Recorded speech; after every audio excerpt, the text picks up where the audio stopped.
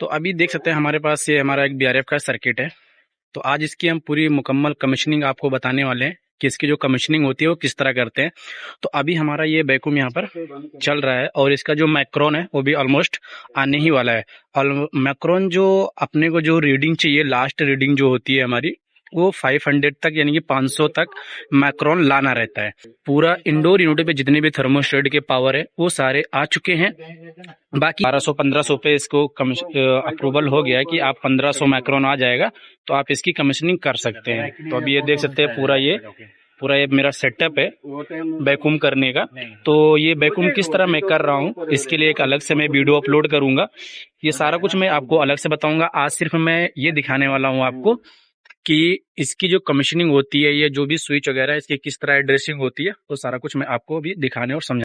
तो अभी ये हमारे 2 सिलेंडर आ चुके हैं जो कि ये इसमें 10-10 किलो गैस हम इसमें से लेने वाले हैं। एक 16 का आउटडोर है और एक 20 का आउटडोर है। तो जो भी कमीशनिंग का जो भी प्रोसेस है वो हमारा मास्टर से स्टार्ट होता है। तो सबसे पहले इसमें जो भी पावर वगैरह है वो बाकायदा हम लोग क्लाइमेटर से चेक करेंगे और कमीशनिंग करने से पहले मैक्रोन जो है वो होल्ड करके चेक करेंगे हम लोग कि हमारा मैक्रोन होल्ड होता है कि नहीं। इससे क्या होता है, अपने को लीकेज का पता चलता है कि हमारी जो भी लाइनें हैं या जो भी एयर कहीं से लीकेज वगैरह है या नहीं, वो सारा कुछ पहले थोड़ा सा हम लोग चेक करेंगे। तो अभी ये वाल को होल्ड कर दिया है पूरी तरीके से अच्छे से।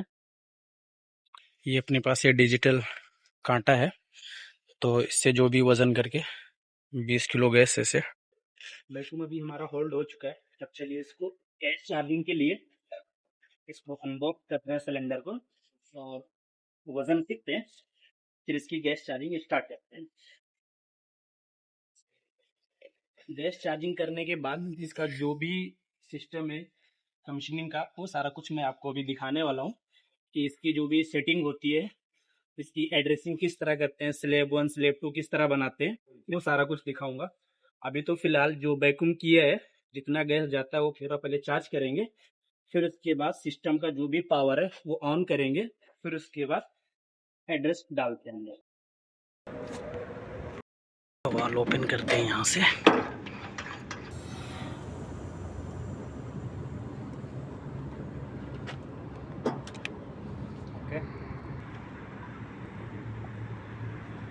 पूरी गैस वगैरह डाल के पूरा सब कुछ रेडी कर दिया है, पावर वगैरह भी पूरा ऑन कर दिया है। तो चलिए अब इसकी एड्रेसिंग करते हैं।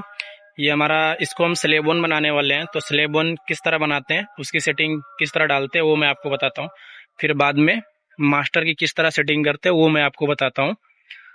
पूरी मुकम्मल कमीशनिंग किस तरह होती है वो सारा कुछ मैं आपको बताता हूँ। इसके अंदर किस तरह इसकी जो डीप स्विच है किस तरह इसकी सेटिंग होती है। तो अभी पावर हमारा ऑन हो चुका है। ये जो हमारा डीप स्विच है K1 और K2 को लॉन्ग प्रेस करेंगे।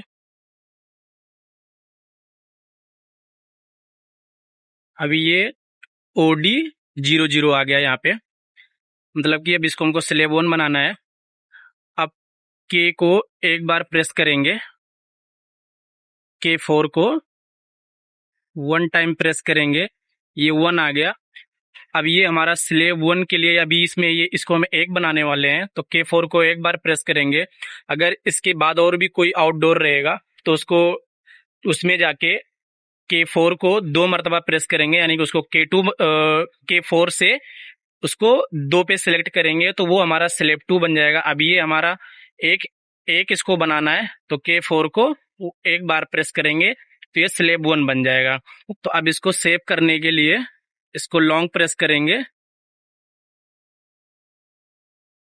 अभी ये ब्लिंक कर रहा है, ये हमारा सेव हो गया मैटर, यूपी आ गया। ये अब हमारा ये स्लैब 1 बनकर रेडी हो चुका है। बस K1 K2 को लॉन्ग प्रेस करना है, OD00 आएगा, फिर K4 को 1 टाइम प्रेस करना है, ये स्लैब 1 बनाने के लिए। अगर दूसरा भी आउटडोर है तो उस आउटडोर में सेम प्रोसेस करके K4 को 2 मरतबा प्रेस करना है स्लैब 2 बनाने के लिए। तो ये स्लैब 1 बनकर हमारा पूरा रेडी हो चुका है। अब ये रहा हमारा मास्टर आउटडोर। ये K3 जो स्विच है, अगर इसमें कोई बाई चांस अगर स्विच कोई गलत दब जाता है, मैटर गलत हो जाता है, तो K3 को लॉन्ग प्रेस करेंगे, वो सारा मैटर जो है वो डिलीट हो जाएगा, यानी कि रीसेट हो जाएगा। और इंडोर सेलेक्ट करने के लिए क्या होता है, K2 और K4 से ही इंडोर हमारा सेलेक्ट होता है। K2 को 1 टाइम प्रेस करेंगे तो एक बार में 10 उठाएगा, और K4 से जो होता है 0 से 9 तक उठाता है। तो इस तरीके से इंडोर यूनिट जो है हमारा वो मास्टर यूनिट में सिलेक्ट होता है। तो वो सारा चीज अभी मैं आपको मास्टर यूनिट में समझाता हूँ। वो हमारा स्लेब बनकर रेडी हो चुका है, वो स्लेब 1 बन गया, ये रहा हमारा मास्टर यूनिट। की सेटिंग किस तरह करते हैं वो मैं आपको बताता हूँ। K1 K2 को लॉन्ग प्रेस करेंगे, OD00 आएगा। OD00 आने के बाद अब K1 को 1 टाइम के लिए प्रेस करेंगे। जब 1 टाइम के लिए प्रेस करेंगे तो यहाँ पर IND आपको दिखाई देगा। IND यानी कि ND दिखाई देगा, यानी कि इंडोर यूनिट वो पूछेगा सिलेक्ट करने के लिए। अगर ज्यादा इंडोर यूनिट है, यानी कि 10 से ऊपर इंडोर यूनिट है, तो K2 को 1 टाइम प्रेस करेंगे तो एक बार में 10 उठाता है, और K4 0 से 9 तक उठाता है। तो इसके अंदर जो है 8 इंडोर यूनिट है, तो K4 को 8 मरतबा हम प्रेस करेंगे, वो हमारा इंडोर यूनिट उस पे सेलेक्ट हो जाएगा। अब उसको सेव करने के लिए K2 को लॉन्ग प्रेस करेंगे, यहाँ पर पूरा 0 हो जाएगा। OD00 होने के बाद वो पूरा मैटर सेव हो जाएगा, और तकरीबन 1 से 2 सेकंड के लिए वो पूरी ये डिस्प्ले जो है ये सर्चिंग करेगी, इंडोर यूनिट इसके अंदर कितना है वो पूरा कनेक्ट करेगा। तो इस तरीके से ये पूरा मैटर जो है वो सेव होके फिर यूपी आ जाएगा इस पे डिस्प्ले पे। यहाँ पे यूपी आपको देखने को मिलेगा। यूपी के बाद फिर तुरंत K1 थोड़ा सा लॉन्ग प्रेस करेंगे तो ये KK आ जाएगा। अभी देखो ये KK आ गया यहाँ पे ना, KK दिखाई दे रहा है, यानी कि ये ऑटो मोड पे, ट्रायल मोड पे ये ऑन हो जाएगा। तो अभी ये तुरंत जस्ट हमारा K1 जैसे मैंने प्रेस किया, ये KK आ गया डिस्प्ले पे। अब हमारा ये ट्रायल मोड पे ये AC ऑन हो चुका है। ऑटोमेटिक जितने भी इंडोर यूनिट है वो ऑटोमेटिक यहीं से ही वो सारे ऑन हो जाते हैं। तकरीबन ये 15 से 20 मिनट ये ऑटो मोड पे चलेगा। फिर उसके बाद ये ऑटोमेटिक सारा यूनिट ऑफ होने के बाद फिर उसको, जैसे अभी ये सिस्टम यहाँ पर कनेक्ट किया गया है, इस सिस्टम से फिर जितने भी इंडोर यूनिट है सबकी कूलिंग, फैन स्पीड सबको कनेक्ट करके फिर यहीं से ऑन कर देंगे, तो वो नॉर्मल मोड पे वो चलना स्टार्ट हो जाएगा। अभी ये हमारा जो AC है ये ट्रायल मोड पे चल रहा है। अब अभी ये पूरे सिस्टम में यहाँ पर शो करेगा।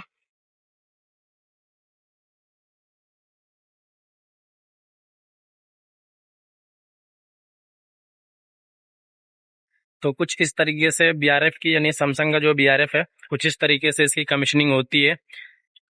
तो बस वीडियो यहीं तक। अगर आपको कुछ भी अगर डाउट है तो आप कमेंट करके पूछ सकते हैं।